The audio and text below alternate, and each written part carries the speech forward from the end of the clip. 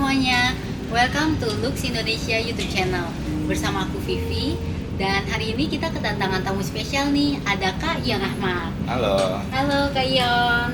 Nah, Kak Yon ini adalah fashion konsultan terutama untuk fashion pria.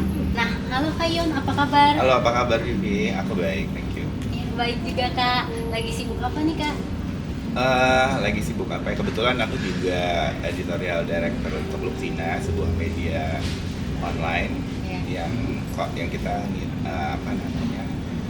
kontennya itu adalah lifestyle, fashion, luxury. Jadi ya kebetulan lagi konsentrasi di situ juga. Dan juga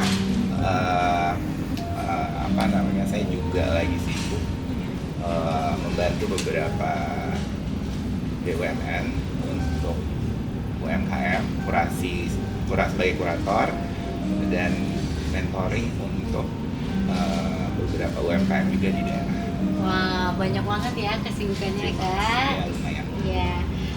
Pasti banyak yang penasaran nih kalau fashion konsultan itu job desk-nya apa aja sih Kak? Fashion konsultan itu job desk-nya apa aja ya? Oke. Pertama kita lihat dulu yang mau berkonsultasi ini apakah dia itu company, misalnya retail ya, apakah dia fashion retail atau juga individu gitu. Tapi prinsipnya adalah mereka berkonsultasi kepada saya dalam hal mengembangkan tren gitu. Tapi approach-nya berbeda kalau ke individu dan ke perusahaan, ke retail. Kalau misalnya kalau mereka goal-nya itu ingin retail, itu approach-nya beda dengan yang ke individu. Nah, yang dikonsultasikan itu adalah kalau misalnya yang dari company misalnya gitu ya, dari retail, itu yang mereka ingin konsultasikan itu adalah pertama adalah soal tren, kemudian bagaimana mereka harus produksi, kemudian bagaimana mereka kapan mereka harus mengulang produksi lagi, kapan mereka harus bikin koleksi baru, kapan mereka harus apakah mereka perlu bikin show atau presentation seperti itu, kemudian apakah kalau misalnya mereka mau ada season sale semua segala macam itu kapan gitu. Jadi hal-hal yang seperti itu yang berkaitan dengan kalender retail. Okay. Seperti itu, sampai mungkin saya juga akan memberikan bantuan konsultasi dalam hal-hal misalnya mereka masih baru untuk launching semua segala macam, saya juga bisa bantu. Nah, kemudian kalau yang individu, saya lebih membantu untuk mungkin kalau mereka ingin menciptakan image-nya seperti apa, gitu. Terus udah gitu bisa juga membantu mereka berkonsultasi untuk tren juga, kemudian apa yang mereka bisa dan tidak bisa, do's and don'ts-nya kalau misalnya mau dipakai, misalnya melihat dengan postur tubuh dan segala macam seperti itu. Dan bagaimana meyakinkan klien ini, saya meyakinkan klien saya bahwa ada barang yang bagus, mungkin mahal atau bermerek, belum tentu juga bagus untuk dirinya gitu. Jadi sesuatu yang baik, sesuatu yang bagus di mata kita belum tentu bagus untuk kita gitu. Tapi mungkin ada satu barang yang juga dianggap nggak bagus, ternyata pada saat dipakai itu bisa jadi bagus buat dia gitu. Jadi bagaimana merubah persepsi bahwa sesuatu yang bagus itu belum tentu bagus untuk dipakai juga. Oke. Jadi emang sesuai masing-masing karakternya juga. Iya, karena memang setiap orang kan punya karakter fashion yang berbeda-beda, style yang berbeda-beda gitu. Iya betul. Emang beda ya untuk kayak kalau perusahaan tadi yang tadi kayak jelasin, sama kalau buat individu. Iya, betul. Nah, kalau misalnya jadi fashion consultant itu suka dukanya apa sih Kak? Maksudnya dari pengalaman Kak Yon gitu. Mungkin lebih banyak duka. Sukanya sih pada saat terima transferan doang. Okay. Iya kan? Dukanya sih mungkin lebih banyak karena terutama yang individu ya. Karena setiap orang tuh punya idealis ideal yang berbeda-beda kan gitu. Tapi dan bagaimana kita meyakinkan mereka Iya. bahwa penampilan atau look yang akan saya sarankan ini sebenarnya bagus loh buat lo gitu loh, misalnya kayak gitu loh.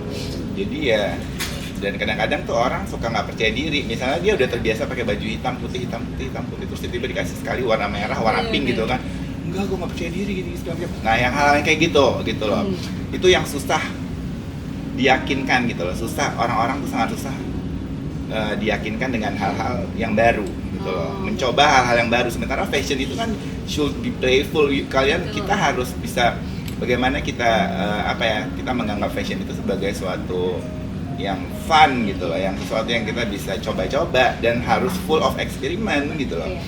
Fashion it's about eksperimen. Kalau misalnya kita nggak bisa bereksperimen, kita juga akan sulit menemukan karakter kita dalam pakaian. Iya, yang mana yang cocok ya Betul, Kak ya. gitu loh. Jadi jangan takut untuk eksperimen. Gimana sih Kak caranya tuh biar meyakinkan gitu?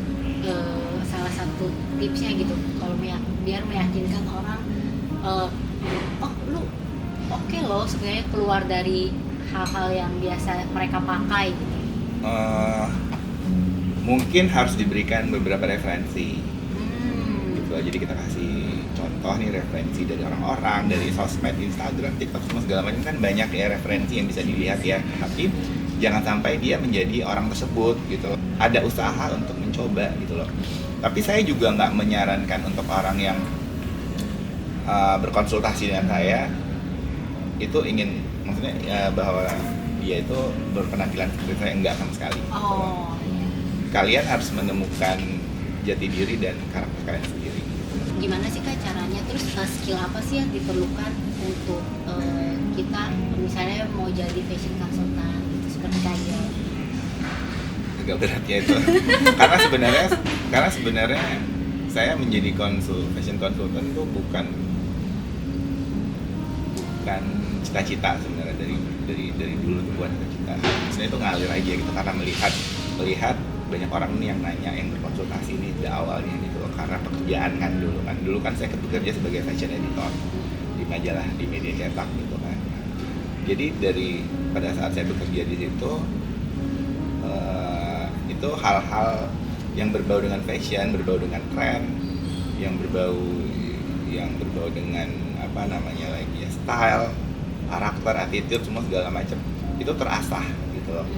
Jadi saya mengerti, jadi saya tahu mana yang cocok, mana yang nggak cocok, mana yang bagus, mana yang nggak bagus, mana yang karakter A, karakter B, karakter C, karakter D, dan berbagai macam karakter lainnya. Jadinya saya tahu gitu loh. Jadi kalau memang ingin menjadi fashion consultant, itu sense of fashionnya itu harus sangat tinggi, harus tebal gitu ya, harus beneran paham gitu ya. Maksudnya pahamnya itu harus dari A sampai Z gitu loh, harus mengerti, bahkan kayak harus mengerti tentang sejarah fashion juga gitu loh, misalnya kayak gitu loh. Dan harus banyak berinteraksi dengan siapapun ya, dan kemudian juga harus banyak melihat apa yang terjadi gitu loh di dunia ini, terutama di fashion, di industri fashion di dunia gitu ya. Dan harus punya pengalaman yang panjang juga gitu loh. Pengalaman dalam artian kan pasti ada pengalaman yang suatu saat ternyata pada saat pengalaman yang kita ada yang salah kan, pasti nextnya kita juga akan benar, akan nggak, pada saat kita bikin itu lagi tuh kita berusaha untuk nggak salah kan gitu. Jadi ada pelajaran gitu loh. Jadi belajarnya itu sebenarnya dari pengalaman juga gitu loh. Dan saya sendiri pribadi mungkin juga ditambah karena saya selalu pergi ke fashion week, kayak ke Paris, Milan, seperti itu kayak gitu. Itu juga adalah salah satu cara bagaimana kita mengasah sense of fashion dan tren dan semua segala macam gitu loh. Semakin banyak kita melihat semakin banyak kita melihat fashion show di luar gitu ya, secara langsung, bukan dari TV atau digital atau dari YouTube, itu akan semakin memperkuat kita dan mengerti bahwa fashion itu seperti ini nih kayak gitu loh. Dan ini nih yang siap untuk saya bagikan nih ke orang-orang gitu loh. Kalau gini-gini waktu itu jadi kita bisa share, kita bisa cerita, kita bisa mereferensikan, memberikan saran segala macam. Karena kita kan banyak melihat gitu loh. Betul. Jadi ya kalau memang mau jadi fashion consultant ya it takes a long road dan nggak mudah untuk menjadi fashion consultant, karena fashion tuh it's about image, about taste, about rasa gitu ya, dan sebenarnya juga bagaimana kita menyatukan itu semua dan merepresentasikannya kepada orang yang ingin konsultasi sama kita, karena nggak ada pelajarannya juga gitu Iya, loh. benar. Nggak ada pelajarannya juga, karena fashion itu kan kalau misalnya kita bilang ke orang nggak bisa di fashion itu tuh aturannya gini-gini, nggak ada. Sebenarnya aturan fashion itu tuh nggak ada, karena setiap orang tuh punya style yang berbeda gitu kan. Tapi di saat kita ingin melanggar aturan dalam berpakaian, kita kan juga harus tahu rules-nya dulu gitu loh. Peraturan mana nih yang mau gue langgar? Oh iya. Gitu kan, peraturan mana nih yang mau gue langgar. Jadi pada saat kita melanggar peraturan tersebut dalam berpakaian, kita udah tahu cara supaya dia terlihat melanggar aturan tapi kok masih keren ya gitu loh, masih oke gitu loh. Nah, kan tadi kayak yang sendiri bilang kalau maksudnya sebagai fashion consultant juga kita harus up to date ya dunia fashion di luar gitu. Nah, kalau menurut Kak Yon sendiri tren fashion di tahun ini tuh khususnya buat pria tuh apa sih Kak yang lagi tren? Sebenarnya kalau misalnya kita bilang tren tuh ada banyak, ada beberapa lah gitu loh, karena setiap orang tuh sekarang udah punya karakter style yang berbeda-beda gitu ya, udah merasa, maksudnya udah fashion itu sekarang udah kayak community gitu loh. Ada yang streetwear, ada yang preppy, ada yang apa-apa segala macam gitu. Bukan kayak zaman dulu misalnya di tahun 70-an semua orang pakai celana jubray, bell bottom gitu ya, tahun 70-an semua itu. Jadi nggak ada yang enggak gitu. Jadi maksudnya sekarang tuh udah seperti itu. Mungkin ada juga sekarang yang juga memakai celana seperti itu, tapi mereka adalah komunitas gitu loh. Nah itu tuh udah terbagi-bagi. Tapi kalau misalnya untuk tren sekarang tuh udah mulai ke arah yang sedikit lebih formal, karena udah kondisinya sekarang di dunia ini udah lebih rileks. Maksudnya rileks itu dalam artian kondisi lockdown tuh udah nggak ada, orang-orang udah bisa keluar semua, dan mereka udah bisa ke acara, udah ada konser segala macam gitu ya. Iya benar. Nah, jadi trennya sih sekarang orang-orang tuh pengennya dress up. Iya. Gitu, ya kan, pengennya udah lama nih gue nggak dress up, gue pengen dress up gitu. Trennya tuh seperti itu, tapi ada hal-hal lain yang sangat kuat untuk hal tren di tahun ini.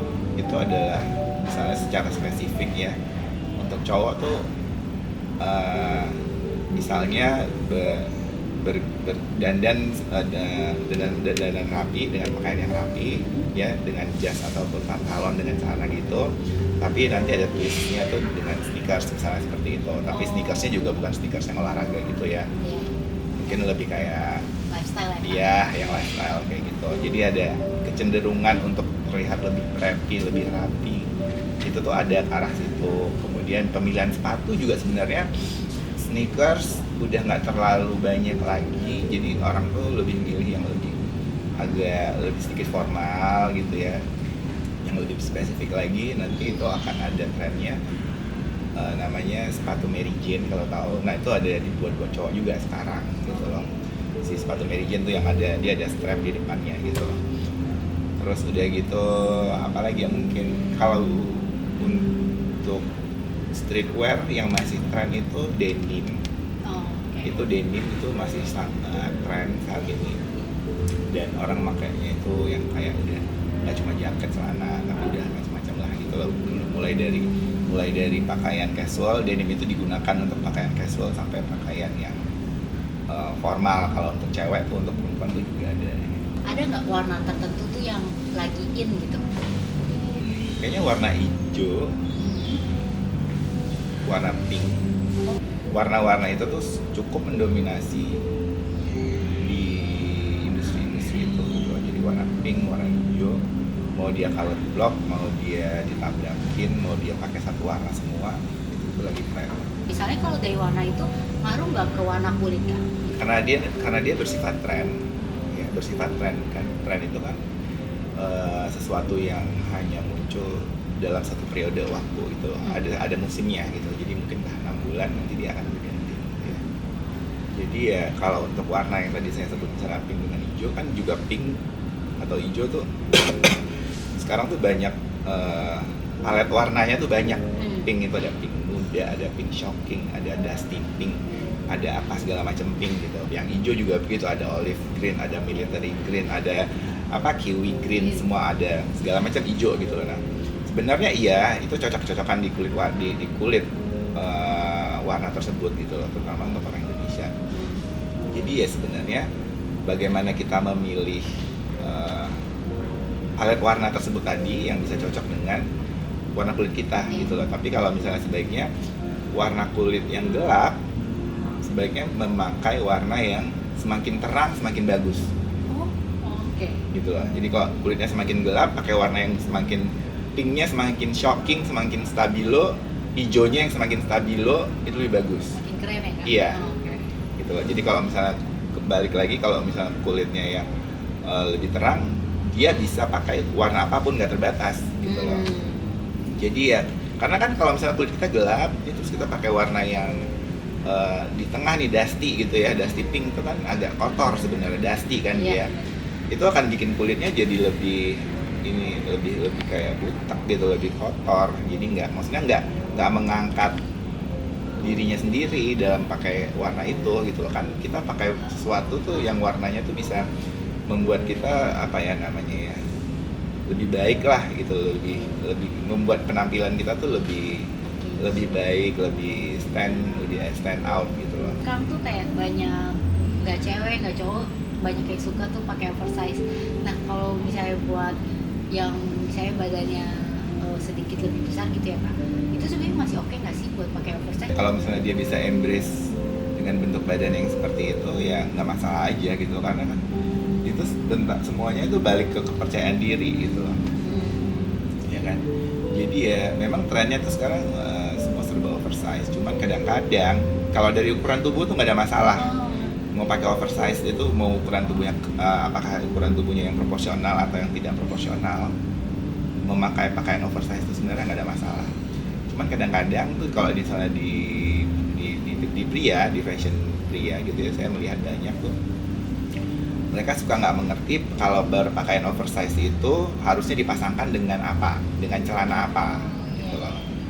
Jadi apa namanya, nanti ada yang kalau saya lihat mereka pakai kaosnya atau kemejanya oversize, tapi mereka masih pakai celana yang skinny gitu loh. Sementara itu kan maksudnya itu kan udah secara proporsional udah nggak balance gitu loh, nggak cocok. Lo udah atasnya lebar terus tiba-tiba bawahnya mengecil gitu kan. Apa yang ingin lo tunjukkan, penampilan apa yang ingin ditunjukkan dengan pakaian lebar dan celana kecil itu gitu kan. Nah itu maksudnya masih banyak tuh orang-orang yang kayak gitu. Jadi bagaimana kita pakai sesuatu yang oversize di atas juga seharusnya kita pintar untuk memilih celana pasangannya, bawahannya yang sesuai dengan bentuk oversize itu gitu loh. Aksesoris itu seberapa pentingnya buat pria tuh biar tampil stylish gitu, mendukung penampilannya? Aksesoris itu sebenarnya kan dia dipakai untuk sebagai statement ya, supaya orang tahu gitu loh penampilan apa dari seseorang lah gitu loh. Jadi orang melihat ini orang pakai aksesoris segala macam itu sebagai statement dan untuk memperkuat karakter gitu loh. Jadi kalau misalnya dibilang perlu nggak perlu ya perlu nggak perlu gitu, tergantung dari karakternya juga gitu kan. Dan aksesoris pria itu kan ada banyak juga sebenarnya jenisnya gitu loh, mulai dari kayak aksesoris hardware kayak cincin, kalung, gelang, semua segala macam, jam tangan juga termasuk aksesoris. Kemudian ada dasi juga kayak gini, jadi banyak jenisnya juga lah gitu aksesoris itu untuk pria. Cuman kalau misalnya kita ngomong aksesoris yang berhubungan dengan perhiasan misalnya ya, misalnya kayak cincin atau gelang atau kalung, sekarang cowok-cowok juga udah pakai anting gitu kan. Itu kembali lagi tadi saya bilang statement dan karakter gitu loh. Dan kalau dia ingin menunjukkan karakter yang trendy, mungkin dia bisa lebih banyak memakai aksesoris gitu loh. Karena orang cowok tuh pakai anting sekarang bukan enggak kita nggak bisa bilang dia rebel lagi, enggak gitu loh. Cowok pakai kalung itu kita nggak bisa bilang dia rebel lagi, maksudnya itu udah lewat gitu loh.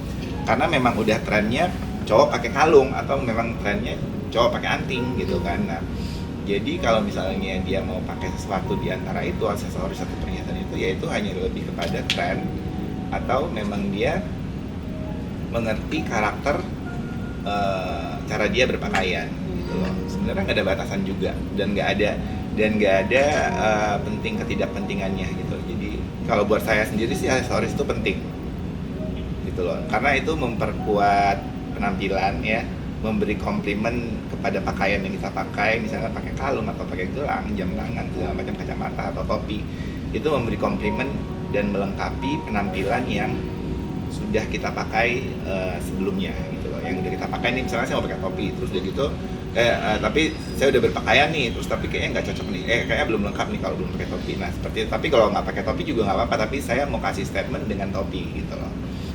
Jadi ya, dan itu tuh pinter-pinter kita juga harus smart juga dalam memadupadankan pakaian dan aksesoris. Belakangan ini aku sering lihat pria-pria tuh pakai yang celana tapi ada roknya juga gitu kan. Nah itu kalau tanggapan dari kalian itu gimana sih? Apa sih? Bagus, maksudnya kalau mereka berani bereksperimen untuk pakai rok itu nggak masalah, apalagi kalau dipakai keren. Iya sih. Gitu. Tapi kalau misalnya dipakainya nggak keren, ya udah lupakan aja rok itu. Gitu. Oke. Gini loh. Prinsipnya adalah fashion itu lo harus berani bereksperimen. Dan di saat lo bereksperimen ternyata bagus, terusin. Tapi kalau ternyata saat bereksperimen nggak bagus, coba yang lain lagi. Oh, oke. Gitu loh. Jadi kalau misal dan sebenarnya rok dipakai cowok, dipakai pria itu sebenarnya juga bukan hal yang baru gitu loh. Kita udah lihat orang zaman dulu kayak orang Skotlandia, orang Inggris tuh udah pakai rok gitu loh. Maksudnya itu buat cowok, rok itu tuh bukan hal yang baru gitu ya. Cuman hanya sekarang rok itu hadir dalam bentuk, dalam format yang lebih lifestyle, yang bisa dipakai sehari-hari gitu loh.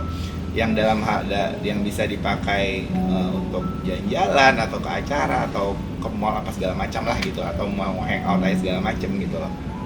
Dan itu bukan sesuatu yang apa ya, yang aneh lagi kalau buat saya. Itu nggak biasa aja, udah mau dia rok yang pendek atau panjang sebenarnya nggak masalah, asalkan kalau dia pakai rok itu keren nggak masalah. Jadi ya kalau cowok pakai rok, buat saya pribadi nggak apa-apa, keren gitu. Perkiraan Kayun kira-kira di masa yang akan datang itu akan mungkin nggak sih cowok-cowok udah pada pakai rok biasa aja gitu? Ya bisa aja. Kalau misalnya kayak kita ke Jepang atau ke Korea itu kan sebenarnya cocok, ke Cina juga cowok-cowok tuh udah hal yang lazim gitu, pakai rok tuh adalah hal yang lazim gitu loh. Walaupun sebenarnya mungkin bukan rok banget, mungkin ada yang dia kayak celana kulot tapi lebar bentuknya seperti rok, seperti itu tuh juga ada. Maksudnya ya mungkin misalnya kayak 5-10 tahun yang akan datang itu bisa hal yang sangat common, pengganti celana bisa aja gitu. Tapi kalau kita melihat sekarang, benar tadi yang kayak kamu bilang, itu kan nggak semua orang berani pakai seperti itu. Jadi ya hanya orang-orang yang berani bereksperimen, orang-orang yang merasa dia beda gitu ya, nggak pengen sama orang lain cara berpakaiannya. Jadi ya tetap kayaknya bukan sulit untuk menjadi tren, tapi itu akan menjadi apa ya, menjadi satu apa ya, orang cowok-cowok yang pakai rok ini akan ada satu komunitasnya lah gitu loh. Dan mereka tuh kayaknya lebih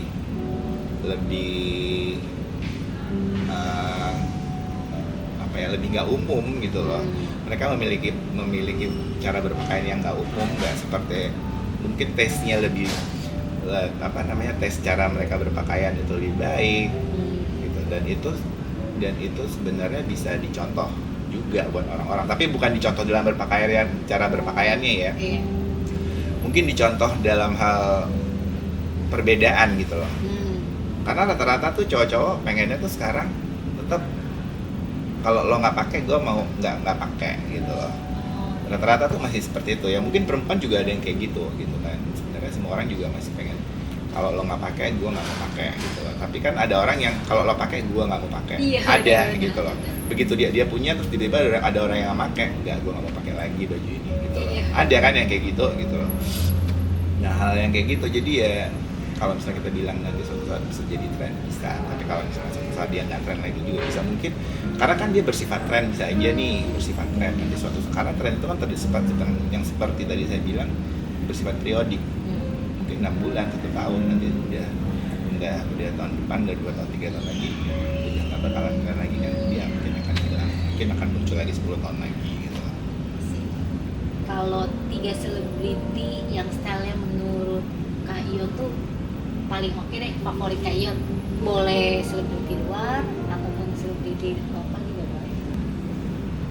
Johnny Depp, Misalnya dari Johnny Depp sendiri, Kak Ion sukanya kenapa sih? karena berkarakter, karena kelihatan beda, dia nggak seperti cara dia berpakaian tuh nggak seperti orang kebanyakan. Aku juga nggak pengen terlihat seperti kayak dia, enggak, cuman dia kayaknya mengerti akan karakter gitu loh, dan dia juga sesuai dengan karakter itu, cocok gitu loh, masuk dengan dirinya dia gitu loh. Jadi attitude-nya, sikap, perbuatan, cara jalan, apa semua segala macam tuh dengan cara dia berpakaian itu tuh sangat masuk gitu loh, sangat inline gitu loh, sangat cocok gitu loh. Jadi dan kuat gitu, dan dia mudah dikenali lah misalnya gitu kan, dengan cuman dia nanti nongol di mana aja dengan dia berpakaian seperti itu, orang langsung tahu tuh Johnny Depp gitu loh. Kalau orang Indonesia bukan selebriti, saya suka dengan cara dia berpakaian itu adalah Bapak Martin Natalegawa. Dia tuh mantan Menteri Luar Negeri dulu. Nah, saya suka dengan dia gitu loh, Bapak Martin. Dia juga karakternya kuat gitu ya, berkarakter, dan dia mengerti, kayaknya dia mengerti berpakaian gitu ya, mengerti apa namanya ya walaupun memang namanya juga menteri pada saat itu, jadi berpakaiannya juga harus formal ya, tapi dia nggak seperti menteri-menteri yang lain gitu loh cara dia berpakaian. Maksudnya secara proporsi, dari ukuran baju, ukuran jas, ukuran pakaian yang dia pakai, kemudian dia pakai nanti pocket square, kemudian bentuk kacamata, paduan kemeja dengan dasi dan jasnya semua segala macam tuh bagus banget. Kan dari tadi Kak Ion tuh sebut-sebut karakternya, dengan baju ini kita punya attitude yang seperti ini, itu kan malah jadi lebih kelihatannya tuh stand out banget gitu, kayaknya beda, kayak bajunya tuh emang untuk dia kayaknya gitu. Gimana sih cara kita tuh bisa mulai punya karakter? Harus banyak mencoba bereksperimen. Kalau misalnya aku nih melihat fotoku zaman dulu, masih entah 20 tahun yang lalu, misalnya 15 tahun yang lalu, ini gue pakai sepatu apa, baju apa nih gue pakai, misalnya kayak gitu, akan begitu. Nah, kita harus melewati hal-hal itu gitu loh. Tapi harus sadar juga, maksudnya sadar dalam artian jangan sadarnya sekarang ya, maksudnya jangan sadarnya di saat kita udah ngeliat foto itu, tapi disadarnya tuh di saat yang kok ngapain gue beli ini ya gitu kan, maksudnya harus cepat juga lah gitu sadarnya. Dan memang eksperimen itu pertama memang memakan waktu, memakan biaya juga, udah pasti ya kan, kita harus beli sepatu, beli baju yang banyak segala macam gitu. Habis itu udah nggak kepake gitu. Jadi aku juga udah melewati masa-masa yang dimana beli pakaian akhirnya nggak kita pakai, dan kita ngapain gue beli, ternyata. Nah, dari situ kita juga bisa tahu, ini kan udah gue pakai, ini gue beli, berarti ini bukan diri gue. Gitu loh. Jadi next time kita beli sesuatu lagi tuh, mau beli apapun yang hal-hal yang seperti itu nggak akan kebeli lagi. Gitu loh. Nah, terus udah gitu eksperimen. Kedua, banyak melihat gitu loh. Kita juga harus punya referensi dengan cara kita banyak melihat. Siapa sih, misalnya tadi kamu tanya Mas Ion, siapa sih yang paling bagus, siapa berpakaiannya yang Mas Ion suka gitu kan. Nah, hal-hal begitu tuh bisa kita jadikan referensi cara kita berpakaian, tapi kita jangan seperti mereka, jangan seperti yang kita referensiin ini gitu loh. Bagaimana mereka mengkurasi pakaian mereka dari kemeja, baju, kaos, celana, sepatu, semua segala macam untuk dipakai gitu kan. Nah, itu yang bisa membuat seseorang itu memiliki karakter berpakaian gitu loh. Semakin banyak melihat, semakin banyak referensi, kita jadinya juga paham sendiri nantinya apa yang bagus untuk karakter kita, apa yang cocok untuk karakter kita ini gitu loh. Jadi ya harus punya referensi, kalau bisa tuh punya patron lah namanya ya, jadi orang yang memang kita sukain dia cara dia berpakaian karena dia terlihat berbeda dari orang lain. Oke, seru banget ya obrolan hari ini bersama Kak Ion Ahmad. Pasti kita banyak dapat insight-insight tentang fashion dari Kak Ion dan gimana pengalaman Kak Ion sebagai fashion konsultan. Semoga diskusi kita hari ini bisa bermanfaat. Terima kasih Kak Ion. Sama-sama, terima kasih untuk juga. waktunya diskusi Sama-sama. hari ini. Terima kasih juga teman-teman yang udah pada nonton. See you in our next video. Jangan lupa untuk subscribe dan like YouTube channel kita. See you.